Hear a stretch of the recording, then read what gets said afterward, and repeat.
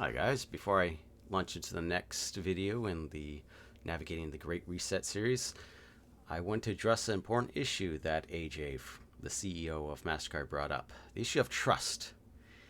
And he's going to use some corporate speak. I'm going to translate it into more easier to understand language. All right, here we go. You need enormous trust between the private sector and the public sector for this to actually work. That trust is hard to come by. What I have seen during the course of the pandemic is some light at the end of the tunnel on the trust. Okay, so thanks to the pandemic, the public sector or government and the private sector or business, big business, have been able to collaborate more closely. Private sector and governments are working, and the NGO sector are working really well together. Whether it's the therapeutic accelerator we launched with Gates and the Wellcome Trust, or the work I see on SMEs around the world, or benefit distribution and the use of data and analytics for purposes of directing activity. Okay, so the data that they've been sharing between these sectors has been what's been guiding their activity.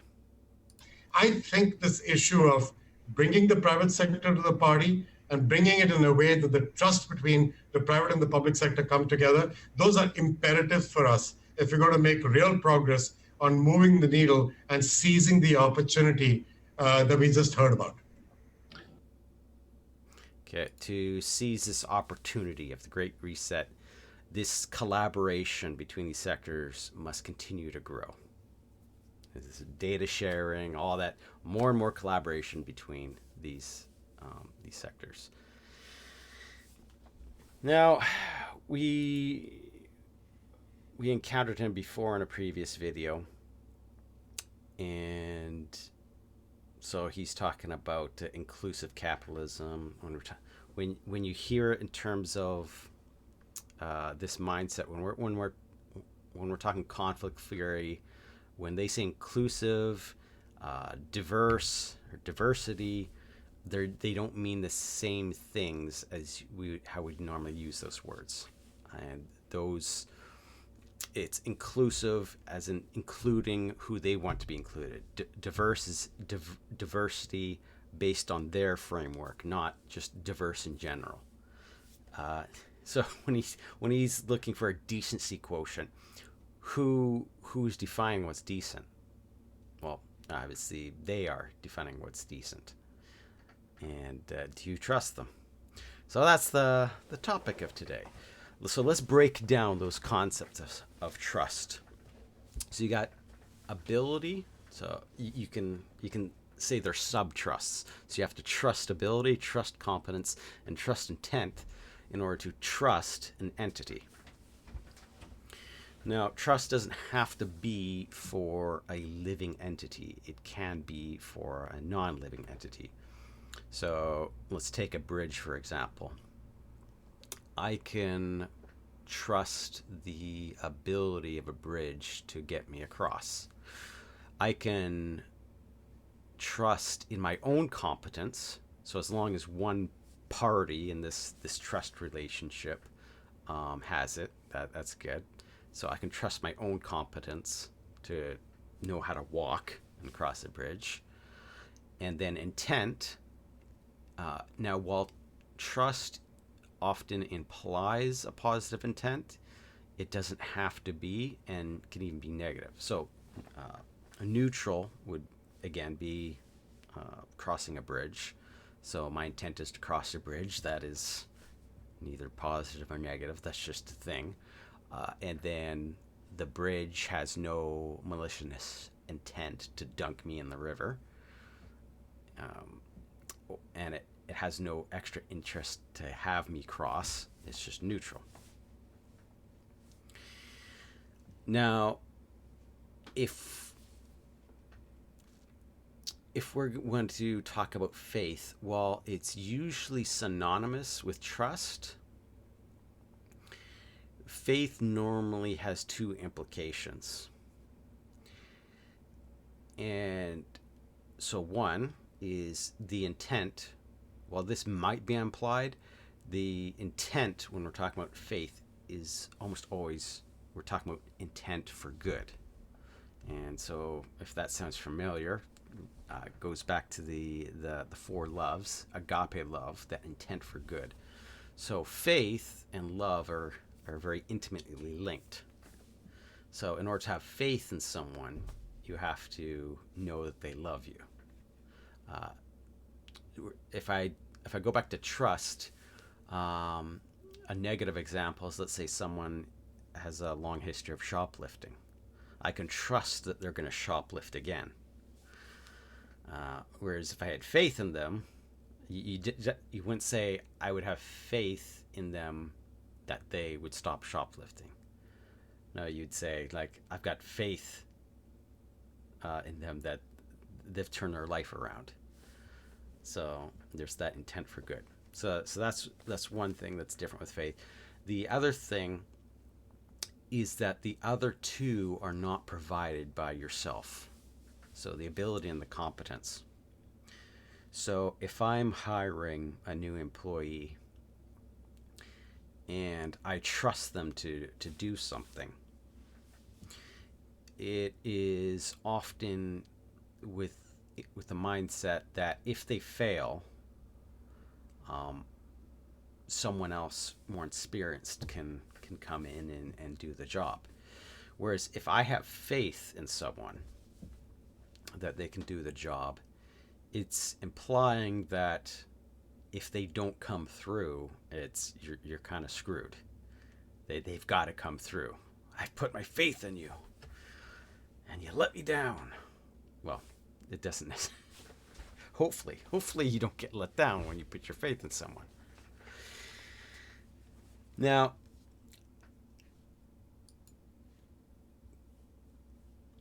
faith often goes well with two little adages of going out on a limb. So it says to do or say something that lacks evidence or support.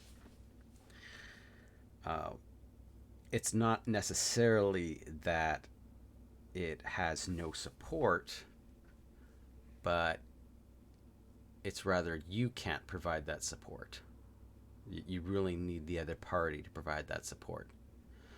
And then another related adage is a leap of faith, which, I mean, a bit recursive since it's using the word faith. But the idea of the act of believing in something without or in spite of available empirical evidence. So, again, it's a bit of a misnomer because it doesn't necessarily have to be no evidence. It's just rather you're depending on the other party to provide that support, that ability or competence or both, and that they have intent for your good. Now, I just wanted to give an opportunity for those that didn't want to get into the religious side of this to exit. You can stop the video now. But if you wanted an opportunity to have some hope for making it through the Great Reset, you might want to stick around. I'm going to share a few scripture passages that talk about faith, and they might be inspiring for you. So here we go. So, segueing from this leap of faith, brought to mind this Matthew 19:14. But Jesus said, "Let the little children come to me, and do not forbid them, for of such is the kingdom of heaven." So does that mean heaven is just a bunch of kids frolicking around? I don't think that's what it's saying there. It's, when I look at kids and why I love working with kids, is they don't have that cynicism. They haven't had time to really develop a mask, and they're much more able to trust. Now, you could say that is a a flaw that kids are so willing to trust or to have faith. They haven't seen the evil in the world to much extent, and so they often assume that people have intent for good, and that the other party has the ability and the competence. But considering kids start out with so little ability or competence of their own, they really depend on others for those two. And so, really, kids are starting from a platform of faith out of necessity because they don't have these and they need people to love them, to have intent for their good. And so, when I read that passage, it makes this other passage make a lot of sense. In Hebrews 11:6, it says, "But without faith it is impossible to please him. For he who comes to God must believe that he is, and that is a rewarder of those who diligently seek him." And so kids are much more like this. Um, they don't miss the opportunity to have fun out of fear like a lot of adults do. So I'm thinking of like a kid jumping into his dad's arms from. I've had kids do this with me too, where they will jump off a couch and have me catch them. And your typical adult, well, for example, if if you're 60 and your dad's well into his 80s or 90s, he might have the intent, but and he might have the competence. In fact, he's probably competent enough to know he doesn't have the ability to catch you.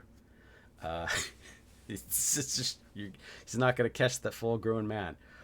But kids, I mean, they have so many opportunities to have fun because they have faith, and so it's not only pleasing him but themselves. You can't have a good time in a relationship without that faith, and so it makes sense that it's impossible to please him if you don't have that faith, and that he's ready to have reward, like enjoy this good time together with you. Okay, so this also reminds me of this chapter in Matthew that's just basically a string of faith. And you get to see both sides, both those that do have faith and those that doesn't. And it's ironic that those coming from outside the church, whether it's just random Jewish people, not, Sadducees or Pharisees or anything like that, or even complete outsiders like a Roman centurion, they have faith, but even disciples miss out on faith. And so the very first example, right from the get-go, is a leper coming to him and said, "Lord, if you're willing, you can make me clean." So he just knows he can if he wants to. Jesus says, "Yep, I do want to." Boom, done. And then a centurion says, like, "My servant's at home paralyzed, dreadfully tormented." Jesus says, "Yep, I'll come and heal him." And he says, "You don't have to do that. I'm not even worthy, but I'm a man under authority, having soldiers under me, and I say to this one, go, and he goes, another come, and he comes, and to my servant, do this, and does it." So he says, "Yeah, you can do it. Just say the word, and I know it'll be done." And Jesus marveled and said, "I haven't found such great faith, not even in Israel. And I say to you that many will come from east and west and sit down with Abraham, Isaac, and Jacob in the kingdom of heaven. But the sons of the kingdom will be cast out into outer darkness." So there are no prerequisites for this. It's just like kids, like toddlers. Um, you can have faith and have a good time with God and not even go through this whole religious upbringing. And then interesting contrast at the bottom here. So it says, now when he got into a boat, his disciples followed him. So this is his disciples. And suddenly a great tempest arose on the sea, so that the boat was covered with the waves. But he was asleep, and then his disciples came to him and awoke him, saying, Lord, save us, we are perishing. So this is much different attitude than the examples above. The other ones knew, yep, he's got this. And here his disciples are like, does he have it? So he said to them, why are you fearful, O you of little faith? Then he rose and rebuked the winds and sea, and there's great calm. So the men marveled, saying, who can this be, that even the winds and the sea obey him? So for the past, what has it been? Almost a year now. Hopefully with the warnings I've given about what's coming, I've gained some of your trust that, I'm competent. My intent is good, and my ability, my ability to warn, I guess, but I'm not asking for your faith in me, even though my intent may be good. I have to be honest, as I don't have the ability in and of myself to tackle this. So I mean, only in be able to warn about what's coming, I can do that, and I can come up with good plan of action to tackle. But ultimately, those that I'm facing are so much more powerful and have so much more resources that I have in and of myself. And so I am, my faith is in someone much bigger than me. And if you are merely putting your faith in me through this, I will ultimately, you will find me insufficient if it's merely me. Especially as infrastructure becomes more strained, and you might not ever hear from me once communications start breaking down. So this is what I really want to stress while there's still time, while we can still communicate in some form on these platforms, is if you want hope and someone you can actually trust to take you through all of this, is you're going to want to know this God that I'm talking about. And I would say that the best intro, and I kind of gave a preview here, is Matthew, Mark, Luke, and John. Those four Gospels are a great starting point to knowing the God I'm referring to, because you're only going to have those two options. You will either kowtow to those behind this great reset. You will either follow the guidelines, or you will not be able to participate in this new economy. You will not be provided for, and if you haven't prepared to be able to provide for yourself, well, in essence, you're as good as dead. So you gotta pick, and so put your faith in them, or put your faith in the one who's ultimately going to bring an end to all this nonsense. And so I hope you choose the latter. But anyway, I will continue sharing some best practices on how to navigate this great reset in the upcoming videos, and I will catch you in those.